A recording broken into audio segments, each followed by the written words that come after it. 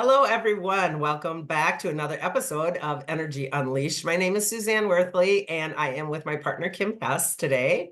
Hey Hello, there, everybody. how are you? I'm really great, Yeah, actually. it's Yeah. we're recording the first week of May here, and I think the energies are finally kind of settling down, Yeah, right? there's so much going on, like just physically for me, that the impact of the energies and Yep, emotionally, I couldn't get over that virus that I had. Or it yep. wasn't going away. And now the sunshine coming out and getting the vitamin D and the plants and everything's turning green and it's so pretty. And That's one benefit of being in Minnesota is the spring really uplifts you. At the same time, it might kill your allergies, but basically it does really do that rebirthing, that renewal kind of feeling. And I think that this energy is finally settling down.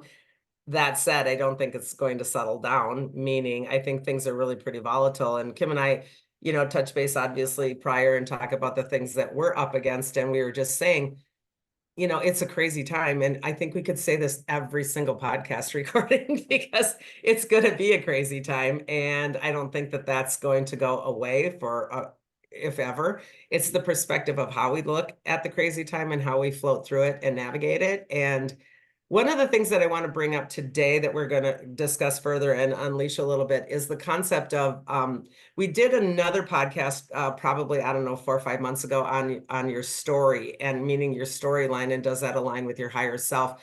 I want to put a little twist on that because I just got done with my event up at the Palmer House this last weekend. It was on the empath book, the Confident Empath book, and it's talks about the chapters in there. And we do some exercises. And one of the coolest, yay, one of the coolest exercises that we do in that particular event, I have the person really sit with what's your story? And it's called a ponder moment at the event. And I have them ponder, what is my story? Who am I? What am I? And it's kind of akin to somebody meeting you or introducing you for the first time. And it's like, oh, tell me a little about yourself. Or maybe you're on your first date, and it's like, oh, tell me a little about yourself. And we have these preconceived kind of bullets that we put down. And so in the event, it's really super cool because it will put the ponder moment, and everyone's like this, working really working really hard and really private on their little bullets of what their story is, right? And everyone pulls in. It's so funny. I love events. Pulls in, writes their little bullets down.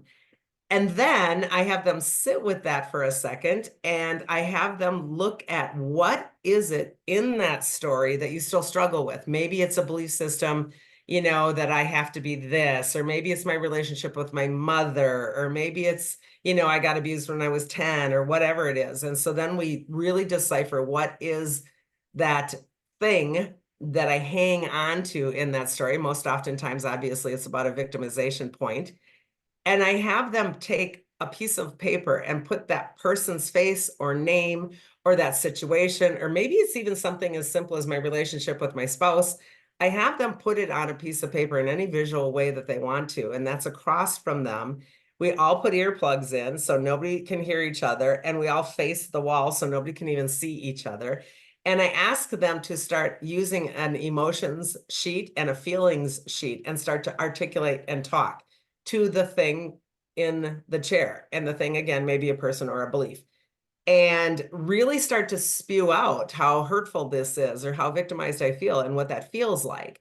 And it's really important for us sometimes to actually do it out loud. That's why I give earplugs, because I really encourage them, use your voice, because we just sit there and we don't use this voice. And pretty much they're kind of crying and wobbling at first and lots of tears, and it's awesome, and they're purging. And the point of the exercise is to really get into your own story and realize where and how you hold that and what is that about. So then this year I took it even a little further because I like to kind of like twisted up these events once in a while, and I gave them each a sticky note packet, neon colored sticky notes. Excuse me. And then afterwards I had them say little things that were related to that story with that person, place, or thing. I still feel resentment from it. I still feel abandonment from it. I still feel this, that, or the other thing. So I asked them to purge out the feel on the sticky note, right?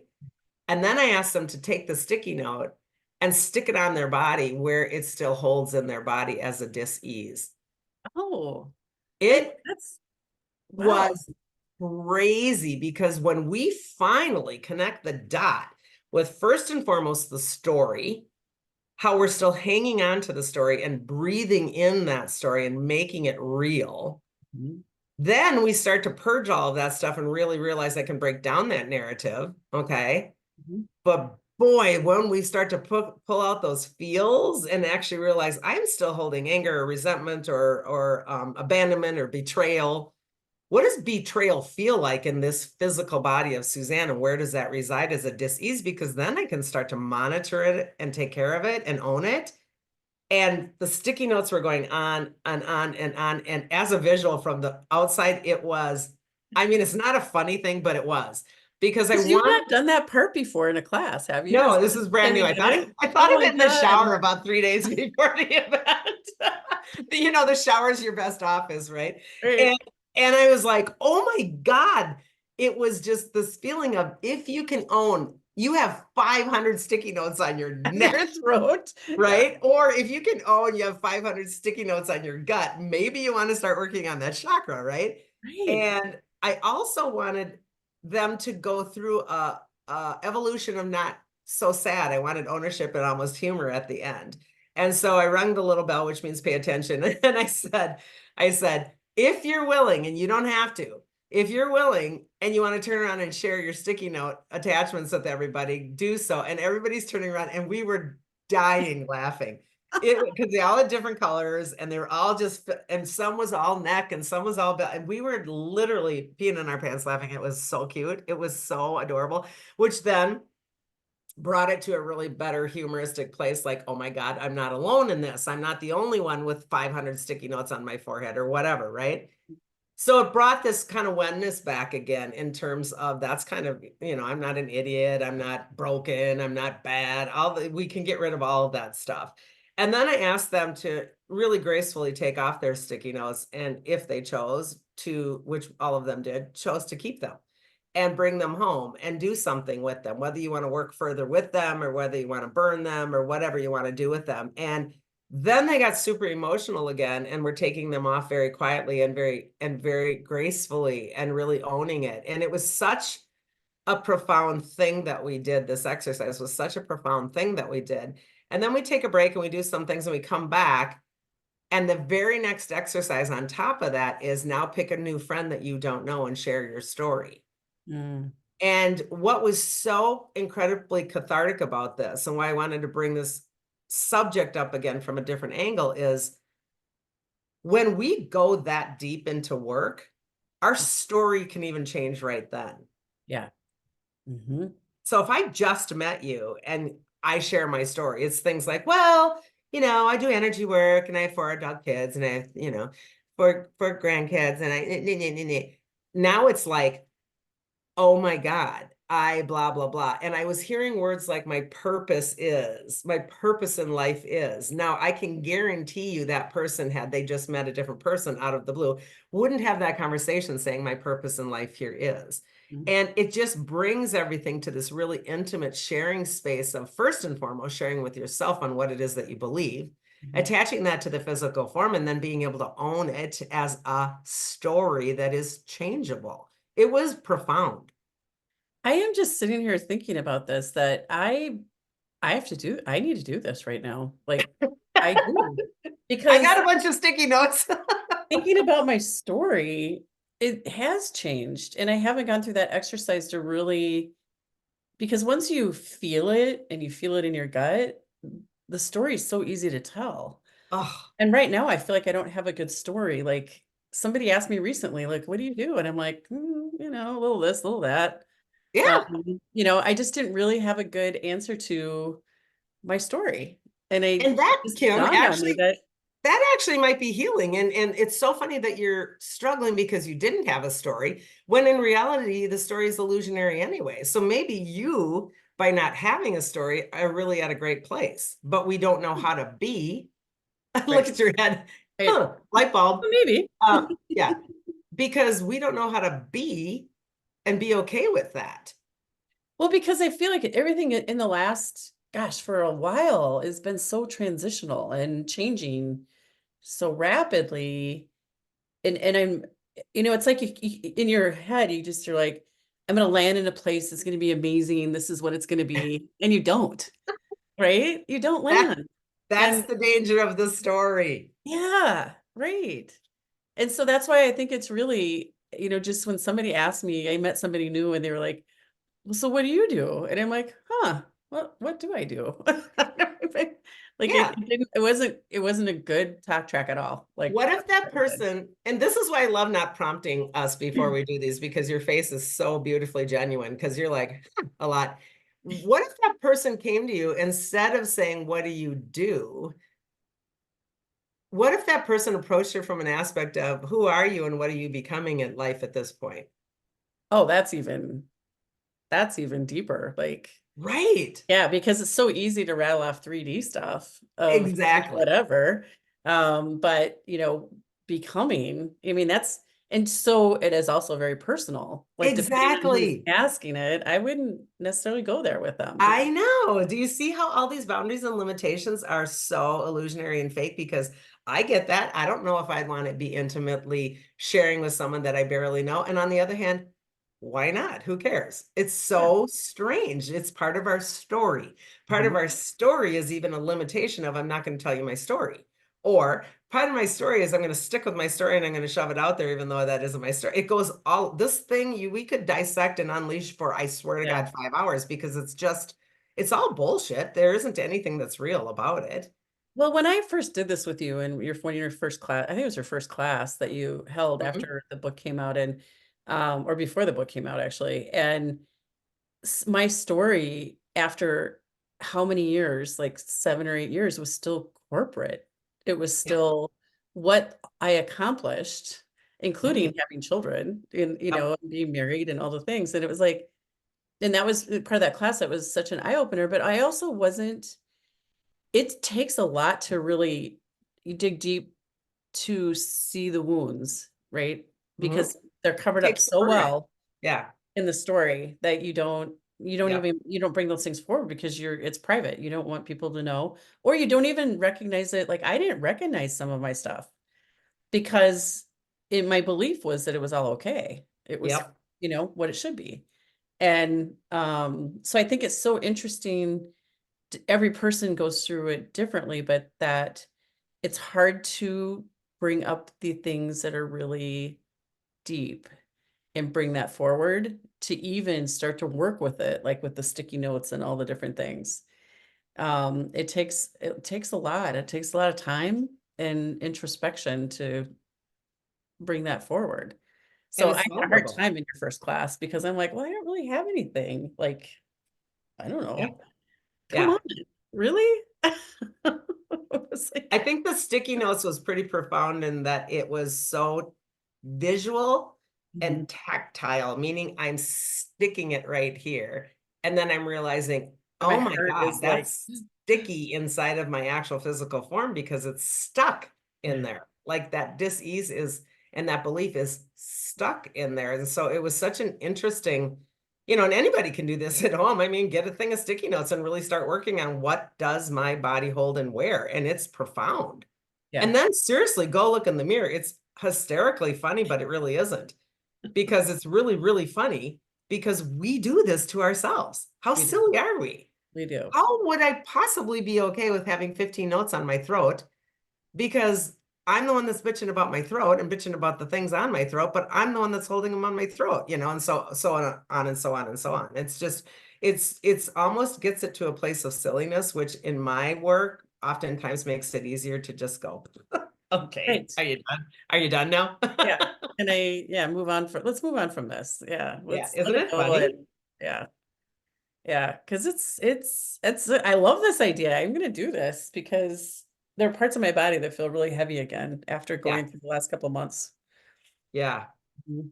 yep. And I think what was beautiful is you are not alone in these things because when we had the courage to turn around and look at each other, everyone just busted out laughing because almost everybody's throat was covered, everybody's heart was covered, everybody's belly was covered, and I mean, they're stuck on their heads and it's just, it was a hoot. And you're just like, you're not alone in this. There's no judgment here. There's no judgment at all because it's just a story.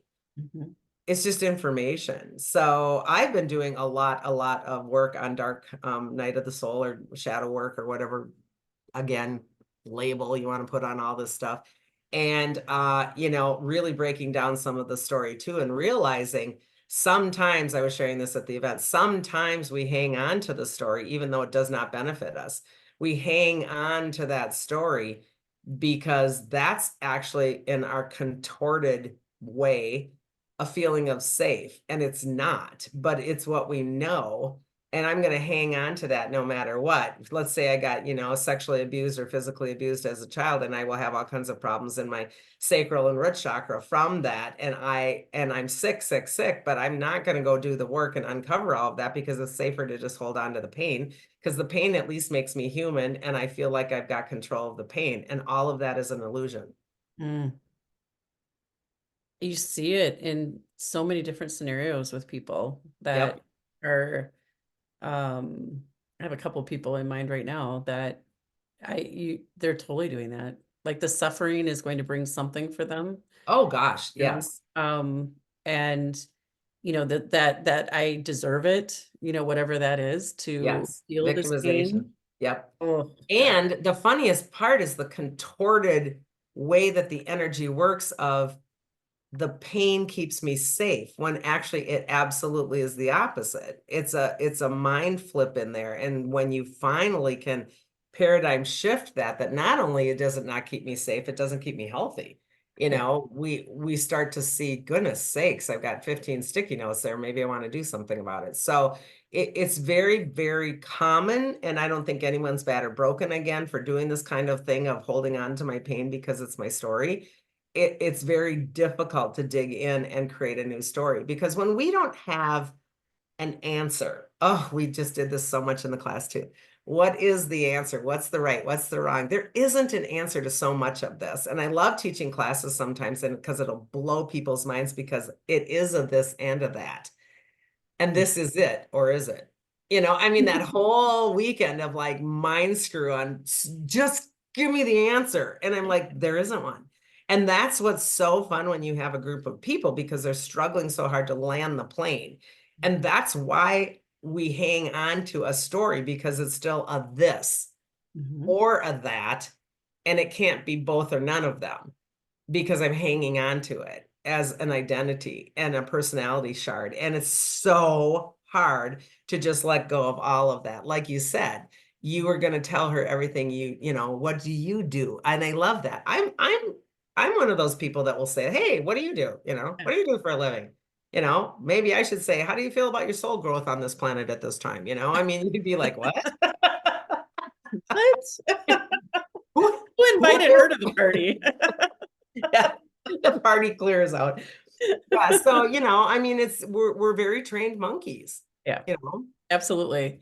And that's what's so interesting about how you're bringing this up now. And the person that I just met, it was like, I was like, wow, what?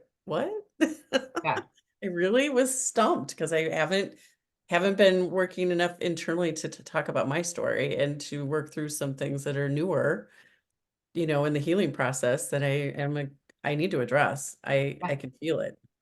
yeah. Mhm. And you will, if you choose to, when you choose to. And again, this is not a thing that anyone has to do. And Mm-mm. there's no time on this, and there's no ending on this. What we oftentimes remember and relearn in classes or events or workshops like that is that there is no answer, and there certainly is no finish line. If we think there's a finish line in anything having to do with this kind of work, we're again, you know, bullshitting ourselves, because it never stops. Why would it? And especially now when things are changing so drastically. And it's funny, you and I were talking about some of the really crappy stuff that's happening before we went on today in the news about, you know, so-called entertainment people who are getting in, you know, disclosed for all the horrific things they do and yada yada. When we watch things like that, we also stir up stories. We stir up stories in that, wait a minute, I don't know how I feel about something like that. I don't know how I feel about people that hurt children or traffic children, or wait a minute, what, people do things like that? And I was with some friends and family last night having a couple glasses of wine talking about all this stuff too. And it's like, people really don't do that. And then it's like, yeah, but they really are. And they do that. And we struggle inside of our own heads and our hearts so much to realize that there's really evil things going on in the world and it doesn't fit my story. Right. And if it doesn't fit my story and I stay away from it because it doesn't fit my story and I don't want to open up those boundaries to possibly thinking of something so horrific, Mhm. I'm just ignoring it. And do not fool yourself. You are not ignoring it, because if you are really attaching to even the dialogue of it or the horrificness of it, it is glomming onto you somehow, some way. And again, I've done this in many, many videos with you to say, at least stand up and say, I do not consent to any of that. Mhm. I do Right? not consent because it just every day there's just more coming out that it's like I do not consent. And Yeah. it's I know we kept asking for disclosure for so many years and now it's in front of our faces and it's like, what? And Like, again, it's how can we stories. It's yeah. stories. We want to believe that so and so was really a great guy or she was really wonderful. Nope. Mm-mm. Uh-uh. And we can't accept somebody else's storyline that is so blatantly, evilly contorted and backwards and framed. And, it's like, what? That wasn't real? So I think the really great thing about storyline work is that when we start to realize ours isn't even real, we can accept the fact that when somebody gets disclosed in a very large way, really showing a negative, evil, horrible side to things, we can start to go, huh, now I'm not even going to believe stories. I'm going to always have an open mind to the fact that you're telling me this, but what does my body feel? Again, sticky note. I'm listening to this about this person and they're saying this on the news, but what does my body feel? This is the ownership of that sentience again that we want to work towards, and trusting this instead of all the bull crap out here in media for sure. Mhm. Because the stories are 99.999, 110% fake, right? I mean, it's just, they're all over the board. It can be this much fake or it can be this much fake, right? So the body itself is who we want to trust with the storylines, not the story. Yeah, and that's even tough because I don't think we're giving sometimes enough even information to not that the mind needs to decide it. It's and your body is just still like uncertain because it just doesn't make sense and it doesn't feel good, Right. you know?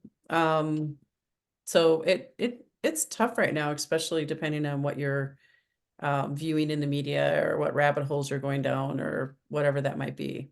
So, And again, rabbit holes, we talk about this a lot on Unleashed, is rabbit holes, in my opinion, and I think yours as well to some extent, are good because it gets you to think bigger and it gets you to ponder and it gets you to this place of, wow, that could be a potential. I don't have to stay in the rabbit hole and dig myself in and go bonkers over it, but it's a potentiality that is out there that I can then sit with and mhm, be aware of. And again, if I don't like that, I can say I do not consent to that. But by ignoring it all, we're consenting. And this is a really easy thing to change very quickly in the way that we view our world. mhm. Watch what you're consenting to by not consenting, you know? Right, right. It So, like you said, it does build up into your energy fields. Like it just like it gloms on yep, all these especially our things. heart, And especially then our heart.